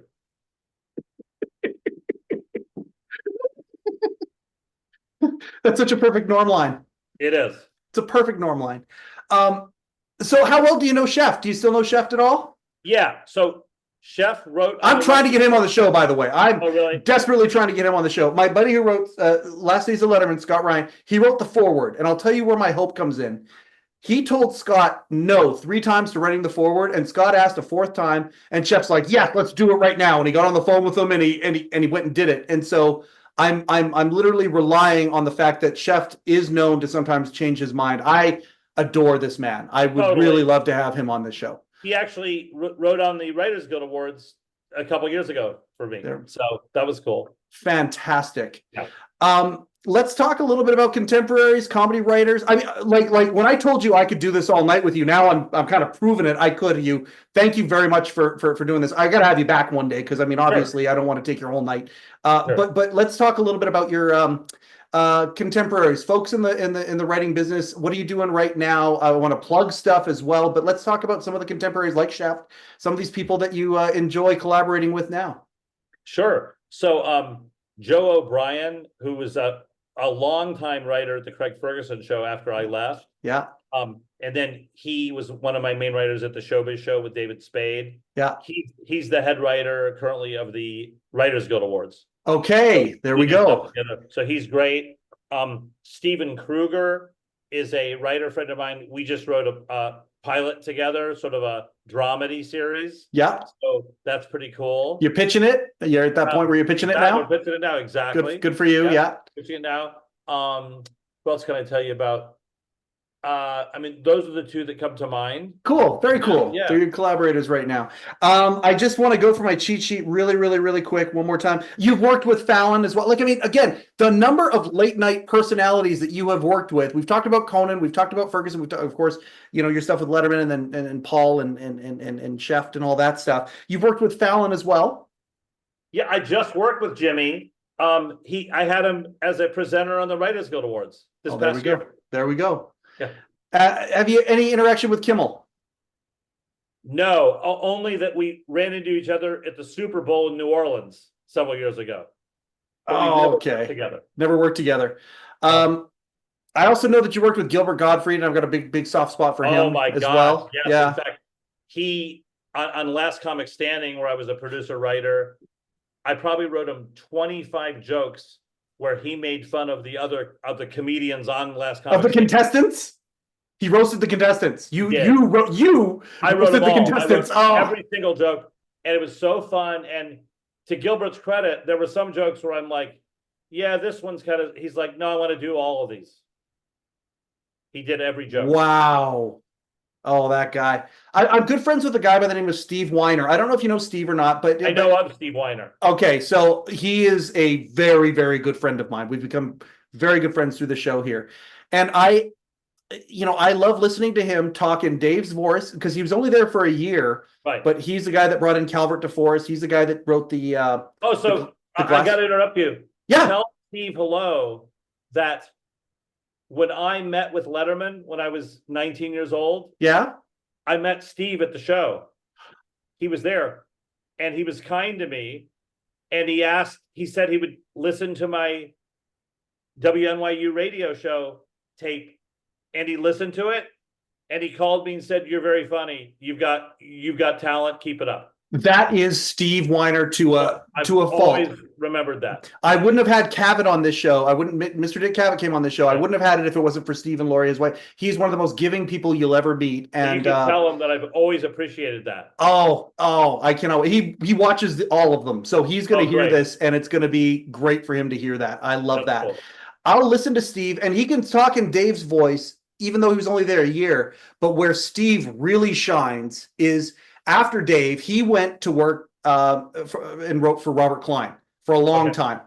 And he can still, like right now, get into Klein's voice, say something that Klein would say, and do that. You have written for the plethora of people you have written for is unbelievable. How do you get their voice the way that you do? It's just something that I've been able to do since I was a little kid. I channel people. I just channel them. And once I channeled their voice, it's very natural for me to write in their voice. That's fantastic that you can do that. I'm so grateful that you've taken this time here tonight. What are you working on now? What are some projects that you're plugging other than the podcast that you and I are going to talk about off air? What are some of the things that you're working on now? One thing I'm pleased to share with your viewers is that since people are interested in getting into writing professionally, comedy writing, joke writing, I have a whole new career that started during COVID of teaching at the highest level. I teach at Harvard University and I teach at Chapman University. Yeah. Advanced sketch writing.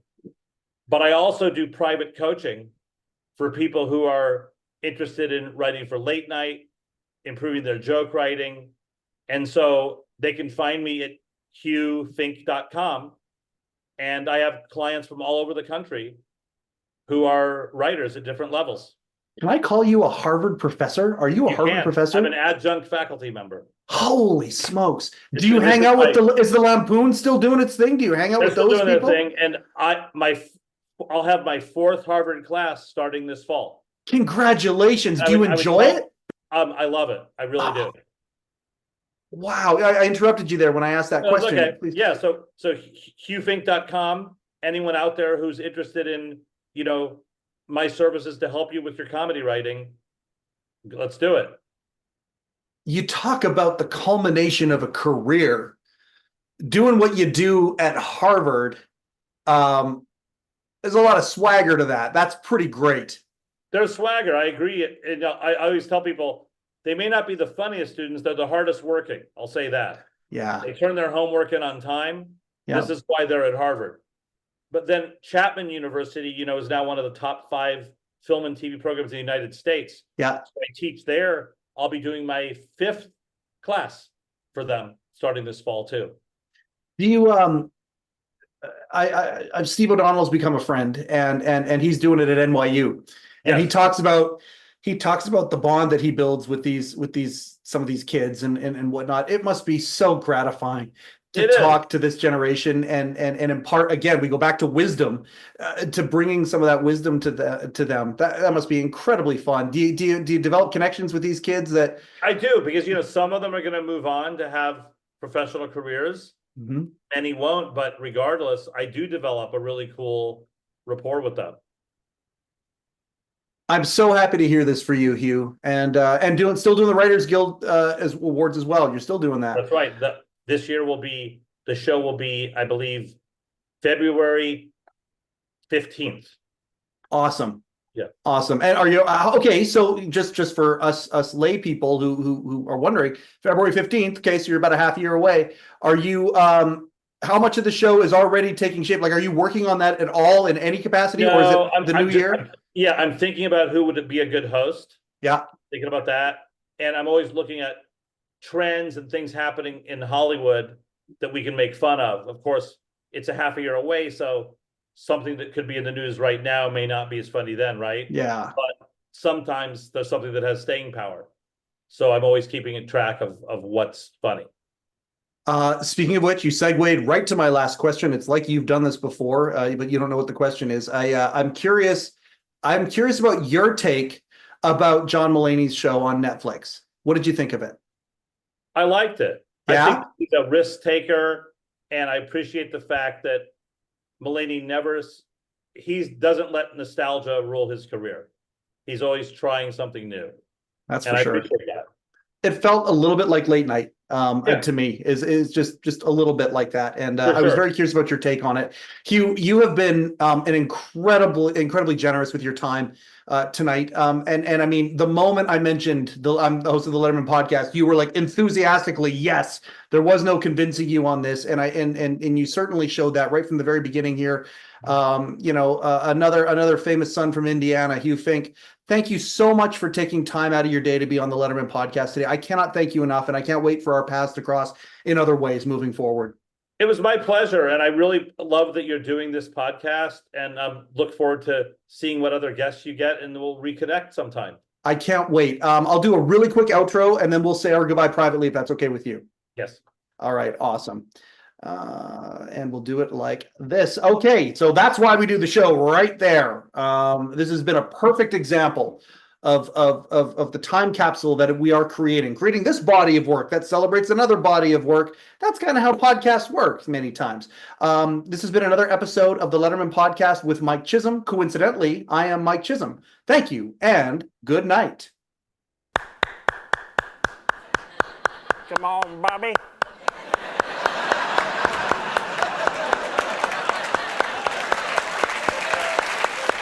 Come on, Bobby.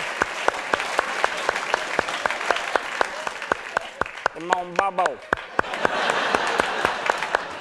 Overcoat and underpants.